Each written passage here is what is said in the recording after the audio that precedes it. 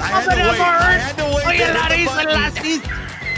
We're back from the land of the green, the white, and the red. I was like waiting for him to come back before I hit the button. I love it, ladies and gentlemen. Welcome I'm to a Z&B change Live Welcome. Unfiltered. Live and feeling a bit green now, are we? Oh, it's so good. It's so good. Is that some Irish cream coffee you have there? Is that what that? Don't worry what I got in here. Okay. Oh. I'm still on Ireland time. It's 2 p.m. over there. Prime hours.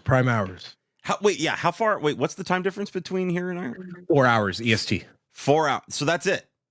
Yeah. And it's only a 5-hour flight from where you are. 5 hours getting there. It was 6.5 getting back. So this is not bad at all. You lost? How did you lose time getting back? I don't know. Tailwind. Oh, the jet stream goes the other direction. You probably caught that going. Oh, yeah. Okay. How do you like the hat, by the way? Is it? I got this for myself. Is it nice? I right at this moment right now, I will never want to see you without it. I'm not even kidding. Like we have to completely redo all of our marketing materials now. Logos, everything. The hat plays. I also bought a walking stick for my grandfather that literally looks like a magic staff that the great and all powerful Z would hold. So I have the whole ensemble ready to rock. But it's very nice. I love it. I love that. The hat is you. I like I said, if I don't see you live, what, tonight on Twitch? Are you making your big comeback tonight on Twitch? 6 p.m. 6 p.m. Eastern tonight. The hat is fire. If I don't see you in that hat from this moment on for the rest of your online streaming career, I will be sorely disappointed. And I will let you know how disappointed I am on a daily basis when that hat is not there. You already do in the passive aggressive DMs and gaslighting. I do. with what we have going on here. How was your trip briefly before we dive into what we missed while we were gone? Hey, the Mouse House was the Mouse House treated me right as it normally does. I can't tell you if I've really ever had a bad experience at a Disney park.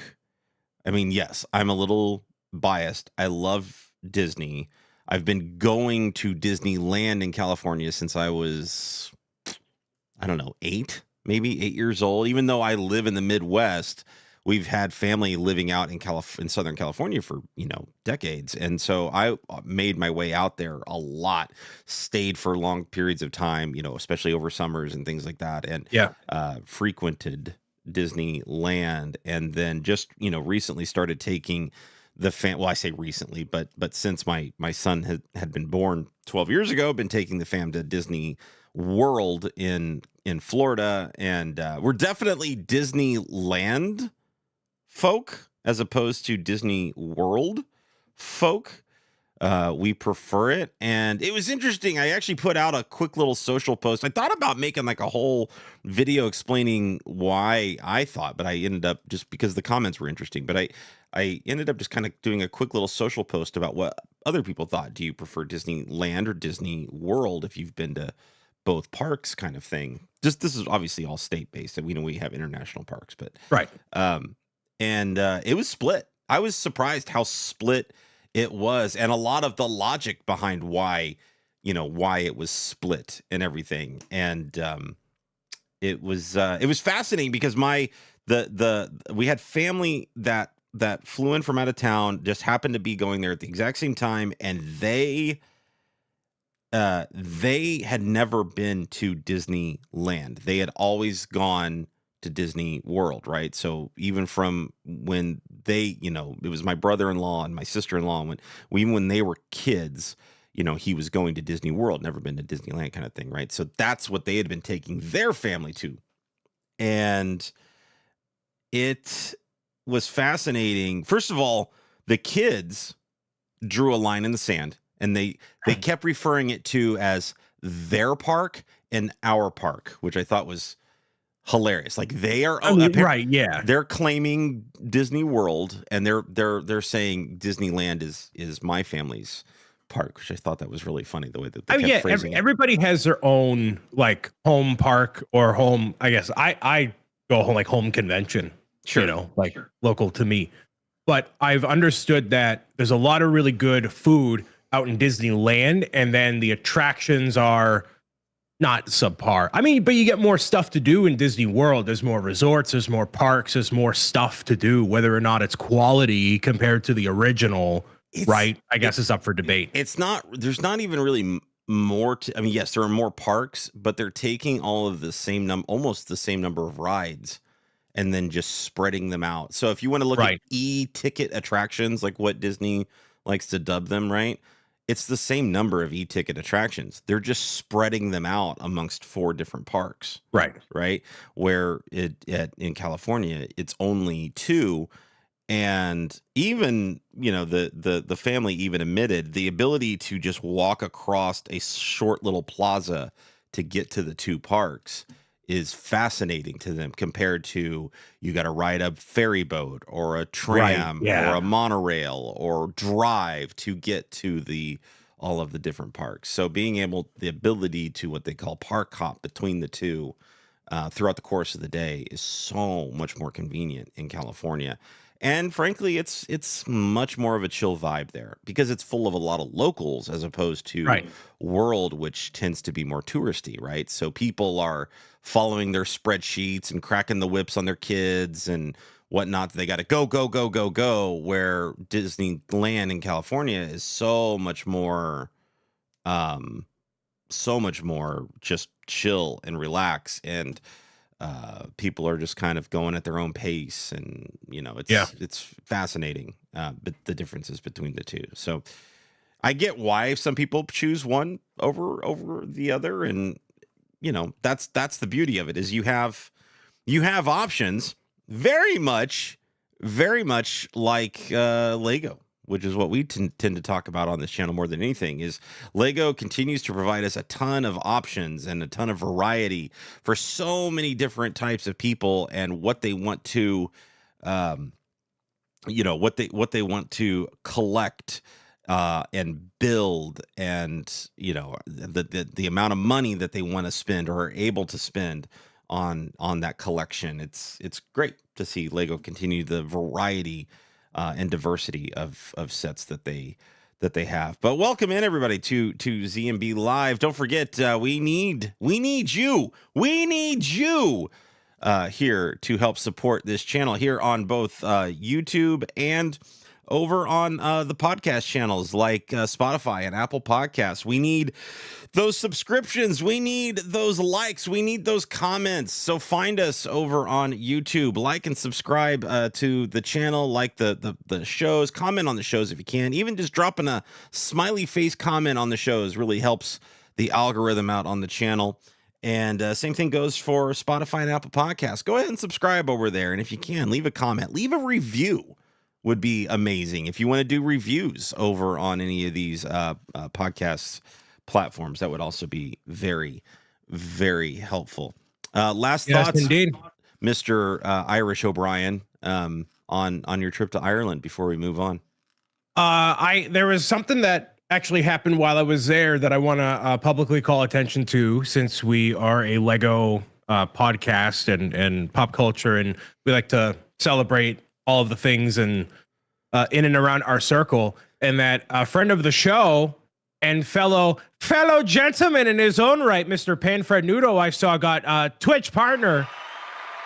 I was outside of a pub for whatever reason, and I saw that, and I'm like, yep, that's a like, that's a comment. Very proud of Fred and all that he's accomplished in the past few years of live streaming on Twitch and being a positive influence in the community at conventions and around the general sphere. So I wanted to call attention to that before we move forward. I know he's one of your best buds, and one of mine as well in this space. So yeah, congratulations, Fred.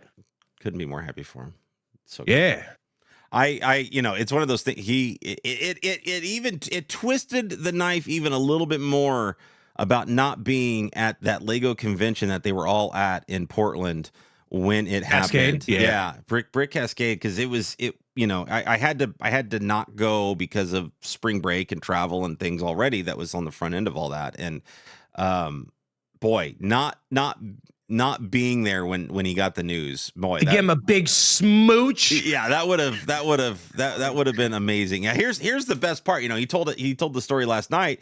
He was actually out to dinner with a bunch of our Lego community friends, and the email had come in, but he hadn't checked his email. Had he checked his email at dinner, everybody would have been a part of the celebration. That would have been But unbelievable. Instead, he checked it right before he went to Betty Bye that night, and the only one in the room was Mr. Amish _Ace, lack of underscore. So he had to jump for joy and cuddle with Mr. Amish lime green Ace.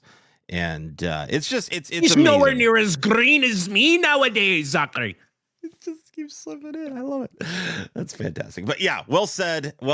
And I mean, obviously, the big reason you were there in Ireland to begin with was Mr. Another great, amazing friend of the Lego community, Brick and Nick, getting married, getting hitched out there. My God, congratulations to both him and his lovely wife. The festivities looked fantastic. So congratulations. Yes. Oh man, it was a ton of fun, and they are a wonderful couple. Wedding took a long time. It went from like 1:30 in the afternoon to 1 at night. It was a long day. That's so a long day. I took a 15-minute nap in between all of that at some point. So it was all whole thing. But anyways, we got a lot to talk about. We do, especially while we were gone. Nerd alert, massive nerd alert. Nerd alert. Nerd alert. Are you a big fat nerd getting your D&D on? So we talked. I don't play D&D. I've never played D&D, and I just didn't. In high school, I just didn't really run, or even elementary school, I didn't really run with circles that played D&D, right? And so I was always fascinated about the idea, but didn't really have friends that dove into it. And as I've gotten older, the itch has been there to want to get into it and to check it out, and with release of games like Baldur's Gate 3, it's really kind of stoked the fire a little bit for me to want to give it a shot, and I can see myself eventually going down that path. This set, when they acknowledged that they were making it, when the lead up to the announcement and everything, I kept thinking, boy, if this set just rocks, I don't care if I'm into D&D or not. Like, if it's just an amazing Lego set, it is going to be hard to pass up, right? And then they throw out the fun little thing. Oh, by the way, you're going to have an exclusive gift with purchase with this set too. So if you get it opening weekend, like, you're going to have to get it first night, get it online, Yep. get it, be in line at your local store the next day when they open to get this gift with purchase. In my opinion, that's why I think this is headed. So then they throw that out there. You're like, oh, son of a gun. But this is all before they kind of released the set and really showed you the changes that they had made or what it was that they were doing to it or anything like that. Then the set was officially announced. We got, actual pictures of it, and the land members out there were dropping their early reviews of it and everything. And I kind of looked at it and I went, thank God I don't have to buy this set. It didn't do anything to me. Like, I just kind of looked at it and I went, okay, it's a set that exists. Like, it didn't strike a chord. And I found that fascinating to me, that here's a set, that has a lot of castle vibes, has medieval vibes, has some, a cool dragon that you can build, and nothing about it said, I need to go spend $360 US to go buy this. Zach, what's in here right now? Receipts. This guy. In this wallet I'm currently holding up to the camera, it's full of not a lot of money, but a couple cards in here. We got some USD, right? All of that. Within this wallet is enough to pay for this D&D set, which retails for $360. I'm happy to announce that I am retaining the monetary amount of that set in my wallet, and it will not be leaving my wallet. There you go. I have no interest in this, thankfully, as well. It doesn't convince me to go and play D&D. It is not unique enough of a castle item on its own to make me want to get that along with the Lion Knight Castle in the Medieval Village. It is very much so for a D&D fan, which is totally what it's for. They are pumping out marketing for this like most other Lego set. Like they don't for many other Lego sets. Oh my God. They are like fully engaged with this. They want the people that already spend hundreds and hundreds or thousands of dollars on D&D stuff to get this as your one centerpiece to add it to your campaign. Correct me if anybody in the live chat or if you've seen it, Zach. Is there any functionality with this Lego set that you can use it as a dice tower? I have not seen it. I was scrutinizing this set earlier today. Now I haven't watched any like early reviews, but I've just been looking at pictures and reading articles on it, and I have yet to see anything about it actually being a dice tower, which was a lot of the rumor early on. A campaign included that you can get a digital version of and play and whatever. And I believe some of the ambassadors have gotten a physical book to like go with that. But if this doesn't have a dice tower capability, what a unbelievably massive miss this is for the Dungeons and Dragons set. How could you not have a dice tower included as like a core functionality of the thing? Even if in that Mimic gift with purchase, you took your dice and you spat it out of the chest or something. That's I agree, a whole massive miss. Why wouldn't you add that into the very tall tower portion and have it, you 3D print a dice tower all the time. It's just a couple, slants located inside of the middle of the tower, and it just pops out. Like that's it. So that begs the question here. So we have seen sets over the years that Lego has put out, and they transcend the AFOL, and they just go to people that appreciate the property, right? We saw that with Lord of the Rings. I mean, how many, I go back to the Twitch platform, how many people on Twitch who never build Lego on Twitch were building the Rivendell set because they're Lord of the Rings nerds. They're geeks like us, right? And they are in love with Lord of the Rings and the property. And they went out and they bought that one set, right? I saw people doing it for the Office set, people that never had bought whatever. Same thing with Friends. I saw people going out and buying the Friends sets that, that didn't normally buy Lego, but it was because they're in love with the property. Is this one of those sets where there are D&D, Dungeons and Dragons fans, super fans, or just mediocre, fans, whatever you want to call them, right? Like, they dabble in it, they play, but are they going out and buying this set if they don't collect Lego at all? I think there's a lot of appeal in that because you can have it as a centerpiece to a campaign, and having those miniatures, the minifigures are miniatures in their own way. And there's been a lot of different ideas that have popped up over the years for a labyrinth builder, or like a modular system to put for something like this. That's always kind of been out there, and it works really well for what Dungeons and Dragons is.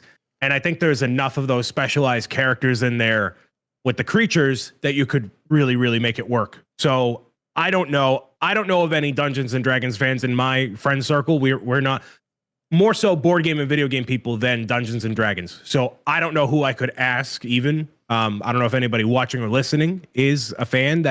We're all Lego fans, so I guess we're kind of biased. That's the problem, is I don't have any friends that aren't Lego fans already that aren't D&D fans, kind of thing, right? So that's where I'm curious. 360 is a high price, man. Like it is justified at 3,300 whatever pieces, but yeah, that's a high ticket item. It's a high ticket item, but a lot of these sets that are like, look at Rivendell, like these sets that, and I know Rivendell, to me, Rivendell's a freaking 11. top tier S tier set compared to this, in my opinion. Would you consider Rivendell to be the end all be all Lord of the Rings Lego set? Ooh. Because that to me is what justifies a price point of $360 plus. This feels like an end all be all Dungeons and Dragons set. So wouldn't you feel the same way about the two if they were the end all be all? Yeah, you're not wrong. This does feel like which is crazy. It feels like, considering what you get, it feels like it's the definitive Dungeons and Dragons centerpiece set, right? You could still come out with, and I mean, there's, in the rumor mill, right? There's like, oh, well, you got Dungeons and Dragons CMFs, possibly coming out. You could still see other smaller, sets that complement this, right? And I could see them doing the same thing for a Lord of the Rings, but that Rivendell is kind of like that centerpiece. I feel like there's enough going on in Lord of the Rings where you can still, you have a lot still left out there that they didn't include, main characters that they weren't able to include because they never made their way to Rivendell, kind of thing. Like they weren't a part of that particular storyline point, whatever. So I don't know. Rivendell is a beautiful set. It would, it could still end up being a centerpiece of a set like that. This definitely to me feels like what you called it, a centerpiece set. But look at the overall set here. So I'm going to play devil's advocate a little bit. Like I said, this doesn't speak to me, but the set itself, which I don't feel like the promotional photos are doing it justice, which is a problem Lego has on a regular basis. This set is just as big as the Lion Knight's castle. Crazy. Like you think Lion Knights is a big 4,500 piece set, right? And size-wise, like actual whatever, but if you just look at the pictures of this set, you'd never be able to tell. You don't tell that. You can't tell that. So this is going to be a large set when everything's said and done, right? And then you look at what you're getting on the figure side of it. So you get your main players, right? You get your cleric, your fighter, your rogue, your wizard, right? You get these guys. But you're also getting 3 skeletons to battle, right? You're getting 2 NPC characters plus a plethora of buildable creature figs. Like this is a really, really nice set from just a Lego standpoint, right? Like I agree. It's justified in the price. And I wonder if the promotional material for it is twofold here. One, they're trying to reach those Baldur's Gate players, right? That have all of a sudden discovered the idea or concept of Dungeons and Dragons, that got into Baldur's Gate 3. That game spread like wildfire, right? And there are people that hadn't played Dungeons and Dragons that kind of found that game, and it's that introduction to that world, right? To that idea of role playing. That marketing is now reaching them and saying, here you go. Now you can actually whatever. And they went one step further and they added the actual campaign book. And then on the flip side of it, I think the marketing is also trying to justify the cost of it, right? To get you so excited about the set that you forget about looking at what things actually going to cost until you go on day one to go get the thing, which is why they're adding the gift with purchase. They're pushing people that first weekend to get it. Yeah, they are. They're trying to get you with that freaking mimic. Like they're saying, get out there and get it. It's going to be gone. Forget the price. Go get it. It's very justified because it is a beautiful, it's a beautiful set. It's just not for either of us. And that's okay. Right. And, even if I got this for free by magical means of wherever, I could not even begin to appreciate what is in the set, like references and characters. And I watched the Dungeons and Dragons movie. That's about all I've done. Yeah. I know that a Demogorgon from Stranger Things is a D&D character, but not actually a Demogorgon. But that's all I know. I'll tell you right now, if I got this set for free, if Lego was kind enough to hand me this set for a review or whatever, and I think they should have done that, or they should be doing that anyway with the land members that aren't Dungeons and Dragons fans, because I think an outside perspective needs to be attached to this, where they're not close to the property. I think this set looks like a blast to build. That's what I think. And so I think you could build this with like 3 other people. You can build it with 3 other people. The books are separated. You can build it with 3 other people. You can do a whole like fun thing. Snapshot. Yeah. Instead of having your typical D&D campaign, one person does the dragon and whatever. Yeah. So like let us know if you're going to be. Yeah. Thank God we don't have to spend the money, because I want to buy Batman anyway. But this don't take away from the beauty of this. I think this set is beautiful. I think it looks like a lot of fun. Yes, it does look a little tight on the interior, but that's Lego kind of. I mean, that's just kind of what we come to expect with this stuff, right? But I think there's enough variation in the builds and things that maybe it might even entice people to get into Dungeons and Dragons. And one of the ways that they're doing that is that inclusion of the campaign book. Now, you can spend 2,700 insider points to get a hard copy of the book, or physical copy of the to get a physical copy of the book. I didn't see that. And or you can get it, you can do a digital download for free. Now, the small knowledge I have of Dungeons and Dragons, I mean, that's a lot of what people did anyway, or do anyway, is photocopy campaign papers, and they put them in their own binder and things like that. So unless you're just collecting it to be a collector, I would imagine most people are going to save their points and just do the free digital download. But no, I would totally get that book, dude. That's sick. If I was going to collect the set on opening weekend and I was getting the Mimic, I was getting everything else anyway, you bet your buttons I'm spending 2,700 points to get this thing if I have it. Kind of deal, right? Totally. 100%. Which actually brings me to my next question for you, Mr. Bricks O'Brien, and for the audience for that matter. What do you spend your reward points on? We get a lot of Lego. We get a lot of rewards points. What do you say? Do you save them for the money off vouchers, the 10, the 25, the 50s, the 100s? Or do you get the collectibles like the hat or the different insider sets, or things like this book, or the coins? Or what do you spend your points on? Well, since I'm not a D&D fan, obviously the book isn't appealing to me. But if I were, having a physical product to go with what is already here with the set is very cool. And also considering there are already existing D&D books, right, that you pull knowledge from or whatever. So that is a rare exception. Otherwise, I am always using my points for money off. The only time I have not used my points for money off is when there was a Lego Mario keychain, and I got that for, I think, 800 points or whatever. But I always use it for money off. It is such a, I want to say empowering, but I guess move to go into the Lego store with $200 in VIP, money to spend, and you can just drop it down and get a Lego set half off the day it comes out because you saved up all your points for that amount of time. A lot of what this program has been for a long time has been tickets to Legoland, or you can print out this thing at home, and a lot of things that are very, unappealing for at least an AFOL audience, for kids and families, sure. But you can get a free buy one, get one free Legoland coupon just by walking in the Lego store. So you don't even need to do that. The hats and stuff are very cool.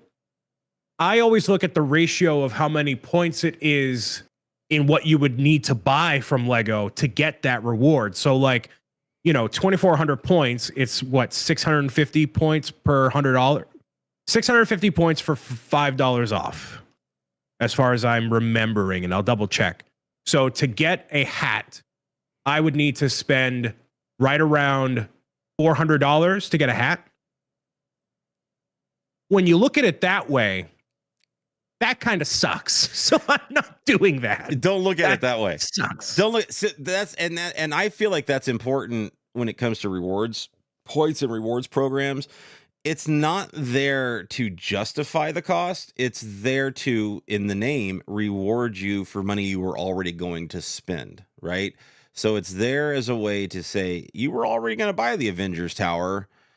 Let us give you a little something something back for spending that kind of money on that. It's nothing major. They don't have to do anything. We're going to buy the sets regardless, right?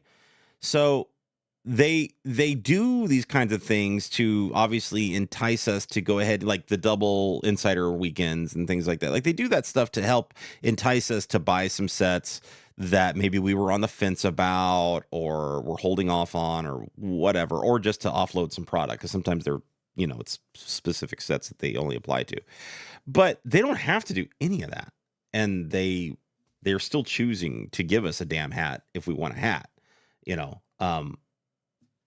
I think I would be more comfortable with the hat and stuff being on there if we had recurring Lego products that adults and kids could buy that were kind of like this. Like you can go to Target and find Lego branded merchandise, and they have like limited collections and the different partnerships that they have.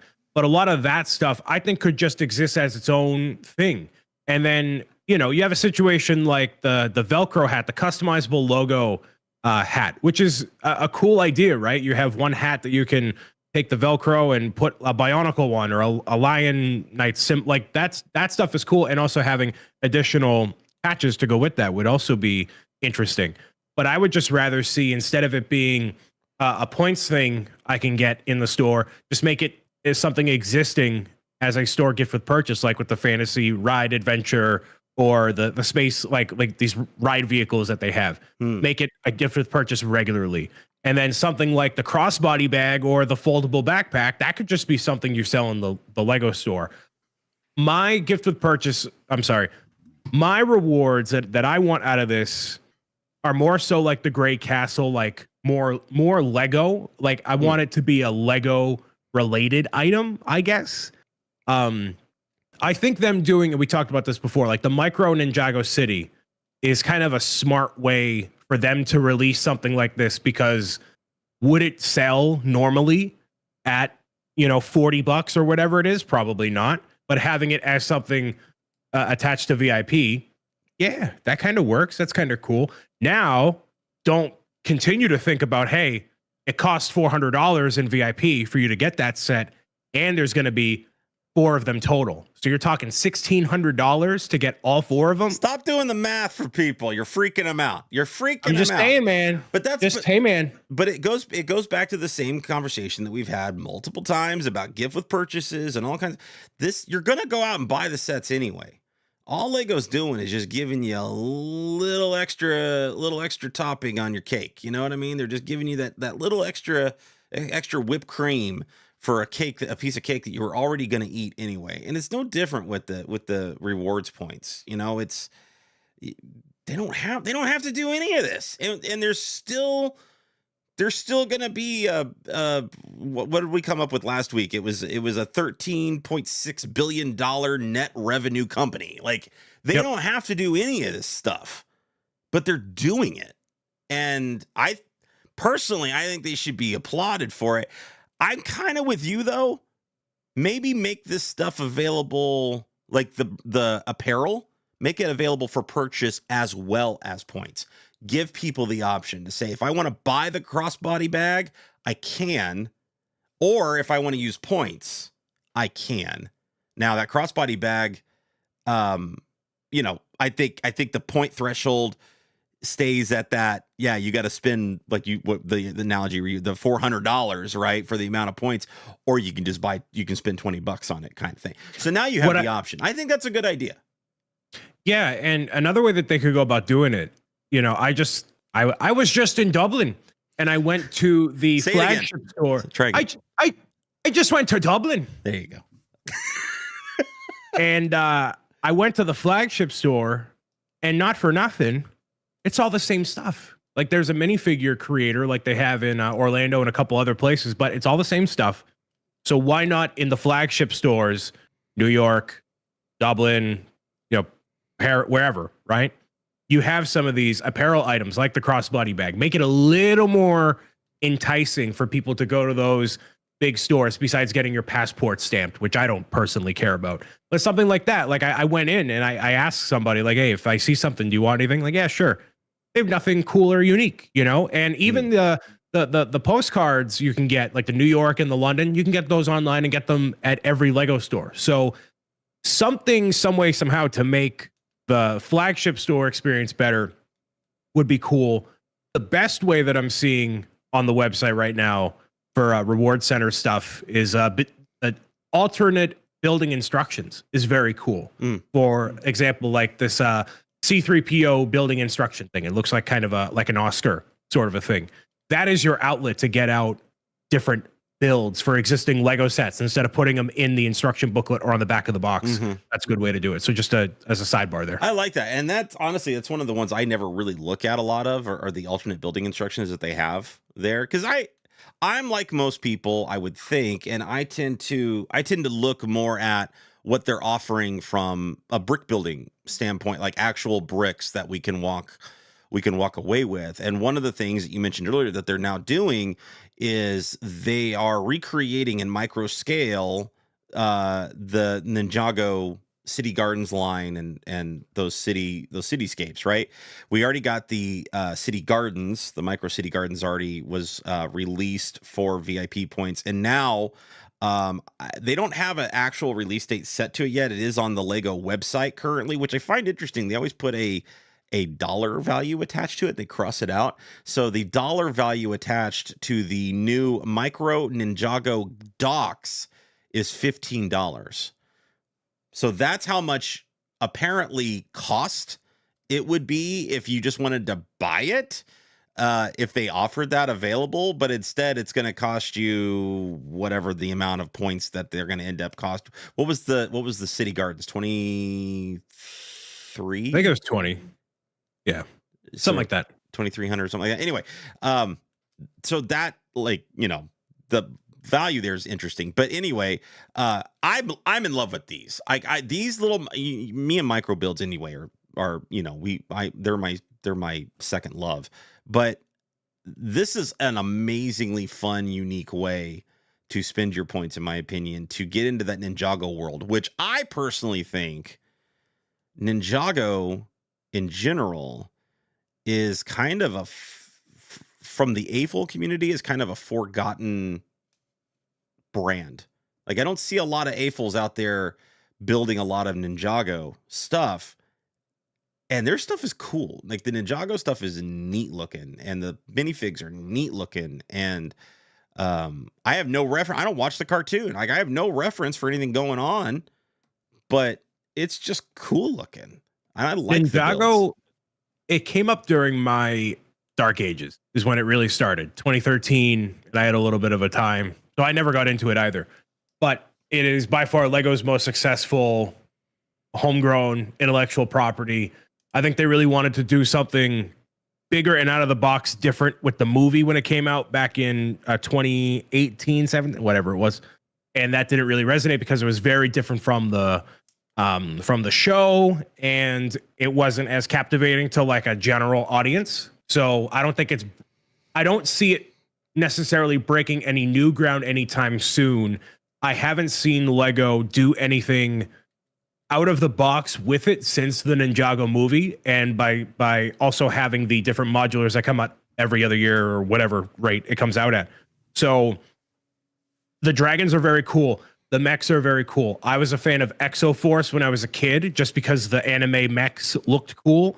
And I'm like, man, I wish they would come back with that sort of a thing, like characters that go inside of a mech sort of deal with giant swords, and, you know, they all fight each other. And that's literally Ninjago. Yet I'm like, well, I don't care. So Ninjago is very much continuing, and it very much has speed, but it's just not doing it for me anymore, Mr. Rutledge. I think it's a, you know, it's obviously applying more to the play set people, right? The people that want the play sets and things like that. And it's an in-house brand, so they don't have to apply any kind of ridiculous tax to it or anything like that, right? It's just it's a fun, it's a different way to, if you're not into the city stuff, if the city stuff is a little too boring for your play sets or whatever, this gives you an opportunity to get some pretty unique looking pieces, some pretty unique looking figures. And I can see why the full community doesn't really get into it, but I mean, we've seen some pretty cool stuff come out of that come out of that brand that I just feel like it needs a little bit more time and or a little bit more attention. And I think that these little micro scale VIP or insider boxes, rewards boxes, whatever you want to call them these days, are a cool way to remind folks out there that this exists. And you know what this is, Zach? Just so you know, I just want to let everyone know what this is. The Ninjago mini modulars is by far a tease at Lego doing real mini modulars coming out every 3 months on the VIP rewards site. And they will start with the newest and they will go back to the oldest. So you have a full street lineup. Don't tease me with a good time. Don't tease me with a good time, Brian. Every single modular that has ever come out, including the Grocer, the Town Hall, they're going to throw it all the way retro back because Lego, they like to do their teases of older Lego themes and whatever. Here's Easter egg and a friend set and a whatever. But rarely do they acknowledge like, hey, here's a mini version of the set that came out 10 years ago. Why would you do that? Why? So if they're going to entertain this idea, Ninjago appeals to a certain subsection of people. Oh, I meant to get the modular back in 2015 and I never got it. Well, now you can add it to your little skyline up over there. So I just want y'all to be acquiring the mental fortitude to see that happen. And then you can run it back to this moment and said, Mr. O'Brien, he was onto something, that lad he was. I think we would even get like a micro Avengers Tower kind of thing, like micro Daily Bugle. Well, but I mean, like in the VIP, like what you're talking about. They could do that for everything, really. If they felt like it, they could. That takes a designer like 3 days probably to iron it out and just done. Yeah, I need it now. I'm Veruca from Wonka. I need it now. Don't care y'all how. Have fun. I ain't bothering with any of it. Don't care how. I need it. I need it now. Speaking of throwing it back, Lego is getting some embracing our retro, our nostalgia here with a new space line of CMFs, collectible minifigs. Collectible CMF Series 26, and they're doing some pretty cool looking stuff here. Now the some of the imagery has already been hitting online stores across the net, and just like a normal CMF series, we're getting 12. And obviously, the first one that came to my radar is we're getting another Bebe. We're getting another Bebe, Mr. Bricks O'Brien. What are your thoughts on the space line here? So you're getting a whole bunch of different characters. For the sake of letting it be known, these are not officially on Lego's website. However, fan media outlets have reported on it, so we're diving ahead with it. Apparently, first starting from the Minifigure store, which is a authorized Lego retailer. My information is coming from Brickset specifically. But it shows a crystal clear image of all 12 of these minifigures. So they range from, throwback pieces to older Lego themes. You have new and fresh ideas, new accessories, all sorts of stuff. You could take a look for yourself. I mean, people have been very excited about space things, and Lego, as I talked about, maybe it was this past episode or the one before, that Lego is doing this kind of overarching space theming to celebrate 2024. I don't even know what. Yeah, I need one of our space AFOLs out in the community, an Astro or a Scotty, to maybe explain to me why 2024 has been the year of space. Like it is, they have gone all in on space. It's crazy this year. I don't know why, but yeah, you have 12 minifigures. Important to note, these are printed base plates with stars on them. So they got a little bit of a galactic feel to the base plates. It's so hot. The ones I'm not even gonna hide it. It's hot. This is hot. This is hot stuff. Looking at the 12 that are available, the one that has like the little green alien men controlling the minifigure is kind of cool with the spike coming out of his head. Mm-hmm. I would personally end up getting it's a minifigure with the galaxy torso and body with the silver dish and the green head. So that way it looks like it's, just the spaceship floating. That's very cool. Right. Obviously, the gray alien tourist who is a fan of Earth. That's a cool one. That's just cool. And I want then to put a obviously Stitch head on that. I want to put a Stitch head on that body. Yes, and then with the 4 arms. And then obviously the icy space penguin with the I forget what that sub theme is called, but the ice something. Yeah. Very, very cool. So those would be my 3 that I get. Not as big of a fan of the rest of them. I like space. I don't love space. But if you're a classic Lego fan, these are like this is your calling. This is the beam of light descending from the spaceship as you're gravitating up to the lift, and you see the gray-headed alien entities sucking the life force out of you as you ascend. This is it. I can't get enough of this stuff, because it's not even like what they did with, was it series 23 where we had the classic space with the little baby? Was it 23? Something like that, yeah. I think it was 23. It's not even that. Like it's not even just a series of little, classic space guys. It's or minifigs. It's they have that pizzazz that collectible minifigs tend to have, right? They have a lot of unique design styles and traits and accessories and all kinds of fun stuff. But yet, like, we get those callbacks of Blacktron and Mtron torsos, and you get those elements of accessories that we saw in so many sets growing up. And that's all I had. All I had was space. Like I had a couple the smaller space sets growing up, and then I had the Blacktron set that they did as a gift with purchase recently. I had that set growing up, and it was always my cousins were the ones that always had the bigger pirates castle. Like, they had all the cool sets, right? So I had a few of the classic space things. I had some Mtron guys, I had some Blacktron guys, and that was the extent. So when Lego releases a space themed CMF collection, my little space antennae perk up, and I'm going gaga over this. I cannot wait. I love the ones you're talking about. The flying saucer guy looks spectacular. Obviously the alien tourist really stuck out to me, and the fact that they're doing aliens, I think is fun. Like, the fact that it's not just space men, it's some aliens in there as well. I think it's I tell you what I would do if I were the CMO of Lego?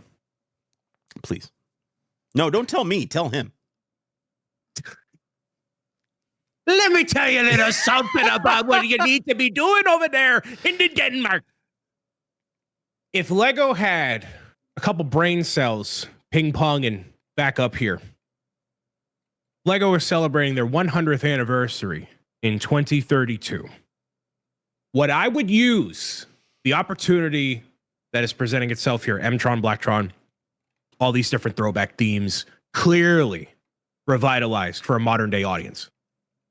You do the end all be all version of an Mtron Lego set, Blacktron, Aqua's, like all of the most iconic themes you could possibly do leading up to the 100th anniversary of Lego, and make them like the most unbelievably well thought out and amazing versions of these characters and worlds and environments that you've ever done. Because seeing that Mtron figure, I don't care about what happened before. I don't care. I don't care about Blacktron that came out years ago. But what's happening here with like this guy having a reptile leg and he's like mid transformation. I want to see a full set of that. I want to see a $75 spaceship from Blacktron, and whatever base set you want to give me from Mtron, and something for all of these different classic retro themes. Modernize all of them like you did with the what was it called? The spaceship that came out. Not the Galactic Star Cruiser. That's the Explorer Disney thing. Yeah. The Galaxy Explorer? Yeah, do stuff like that leading up to, I mean, they're kind of doing it with Castle, with the Medieval Village, at least this year. But I want to see more of those original Lego themes come back as their own end-all, be-all Lego set leading up to 100 years of celebrating the company. I think it'd be great. I mean, like you said, we kind of got that with Lion Knights, right? Like Lion Knights was supposed to be that return to Castle. So I think that even started with the Barracuda Bay in 2021. Pirates, yeah, that was yeah. So my initial pitch when I was doing other shows, and especially during the lockdown, you have one set every year that is like the definitive Pirates, the definitive Space, the definitive Vikings. Like make a crazy thing for 250, 300, 350 coming out once a year every year until the 100th anniversary of the company. I would like to think some of what you're seeing here are seeds for what they're going to be doing in the next 5 years to pay homage to the history of the company. But that's just a wee theory I got, Mr. Rutledge. No, they're totally going to do that. But what they're going to do is they're going to put it behind the you have to go to the you have to go to the factory and buy them there. You can't get them normally like they did with the pirate buildable fig, which in a year of that, they're obviously in 2024 celebrating space. Why we have not yet seen or heard any rumblings of a buildable spaceman fig yet is beyond me, because it's time. And you showed that you could do a buildable fig, for the masses. You showed that you can be buttheads and put the buildable pirate fig behind some kind of ridiculous, whatever thing, and you can only get it one place. And I hate you for doing that. But they need to help celebrate what you're talking. I think it's a great idea, but I think to help celebrate that every single year, they need to be picking a theme and releasing it to the masses. They need to stop. How cool, Zach, would it be if you had the year of it? This would have already happened for 2024. January 1st, 2024 would have been the Spaceman. Right. This is a year of space. Right. And we have the figure as the introduction. What a IKEA display would look like if you had the space person in the middle, maybe a couple different colors. You could swap. All of the parts should be fairly easily acquired, so you can swap out the color palette, whatever, right? You make the logo a sticker so you can apply whatever version you want, whatever. And then you have all of the year of space surrounding, right, in your square shelves like I have back here. How unbelievably cool would have that been? Here's the good news is that you're talking about basically what lines would there be? There would be space, pirates, castle, Vikings. Vikings is a separate line. Okay. What would be Western? Cowboys. Okay. So let's say town. So 6. At least 6. Yeah. At least 6. Okay. So let's say just back it up 6 years. If 2032 is the 100 year, we still have time. Like they still have time to right this ship, right? That's all I'm saying. Lego, listen to. Take my giant hands, Lego. Take my giant hands. Take our giant hands. Take our giant hands. Listen to us. You've got a couple years to right the ship. Okay. We're helping you in your $13.6 billion company do the right thing here. And you need to be doing this and doing it right and releasing things when it's appropriate, not when it's not appropriate. And while you're at it, why don't you give me freaking castle? Why don't you? We're giving you your castle. It's called a haunted castle, and we have visual evidence you're going. what's awesome that Lego is doing is they encourage play. They encourage play. And once again, this year they're putting a big emphasis on a day of play for June 11th. They're starting early. They got, you know, the UN has officially acknowledged the day of play for June 11th. And they're making a big push on their website about this. And it caught me. I found this interesting as like a last little news nugget.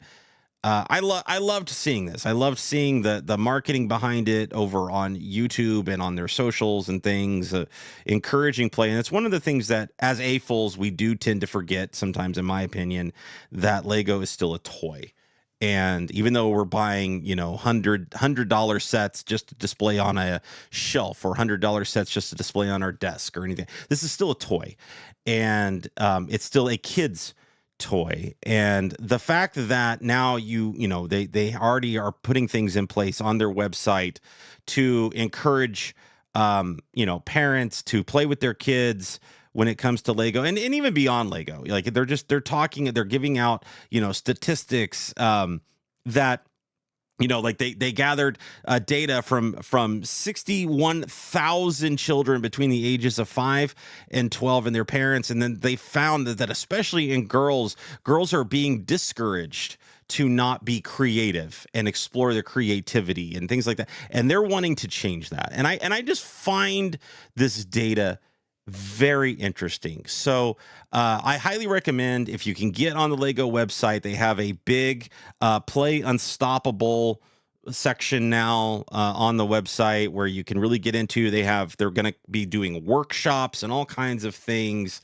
It's absolutely fantastic what they're going to be doing, all leading up to the big day of play on June 11th. So bravo to Lego to once again really pushing that narrative and reminding people that, hey, this is still a toy, and you still want to get out there and play and have fun with it, and have fun with your family, and as AFOLs, have fun with your kids playing with Lego and inspire them to be creative. Lego is meant to be creative. Sure, they give you instructions of how to build the set that you spent some money on, but they also want you to come up with your own ideas, tear it down, you know, make something of your own, and encourage your kids to do that stuff as well. The best way to do one of the best ways to do that actually is with the Creator 3-in-1 sets, and then the classic sets. Like I'm looking at the Creative Pets right now, and just the fact that they're giving you printed eye elements in all different colors to make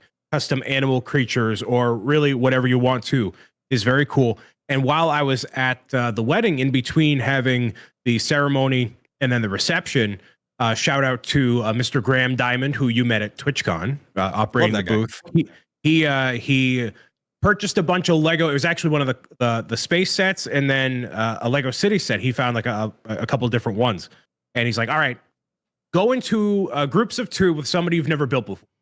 And we went to each of the different tables in this pub, and he's like, "All right, build something that is an homage to Nick and Sunita for their wedding, and we'll have them judge and see, you know, just for the sake of fun competition, and giving yourself a little bit of guidance when you're thinking creatively, and maybe doing that with somebody that you haven't built with before, not on a big grand scale, is super cool. And it's just those little moments that can help get you jump started into making something really cool. And like I find myself doing all the time, I am very surprised with how I can think on my feet pretty quickly and I made like a corgi car that has both of them driving it with a heart in the back for like a tail. So like encourage yourself and the people around you to do that, even if they are not Lego fans. If they're like, Legos are stupid, when you put a couple bricks in front of people, you'd be very surprised what happens. And regardless of age or experience level, get that play out there. I love it. Well said, Mr. Bricks O'Brien. Look at that. He brought all that Irish knowledge back across the pond with him, including a fantastic hat that I never don't want to see on that beautiful head of his. Welcome back, Mr. Bricks O'Brien. Welcome back, everybody. Thank you so much for joining us today. Jared. don't forget to, here on YouTube, do the YouTubey things. Like, subscribe, do all that stuff. Comment if you can. You can check us out on the podcast, on the actual podcast version of this show. Apple Podcasts, Spotify Podcasts. Leave those reviews. Subscribe over there. And you can always come back and find us Wednesdays on YouTube. Every Wednesday, 10 a.m. Eastern time. Mr. Bricks O'Brien going to be over on Twitch. Excuse me. It's a Mr. Bricks O'Brien reported in for Z&B Live Unfiltered. You gotta say with the accent. O'Brien. I'm Bricks O'Brien. I can't do it. Ladies and gentlemen, boys and girls, thank you so much for being here today. We'll see you next Wednesday, 10 a.m. Eastern time. Bye.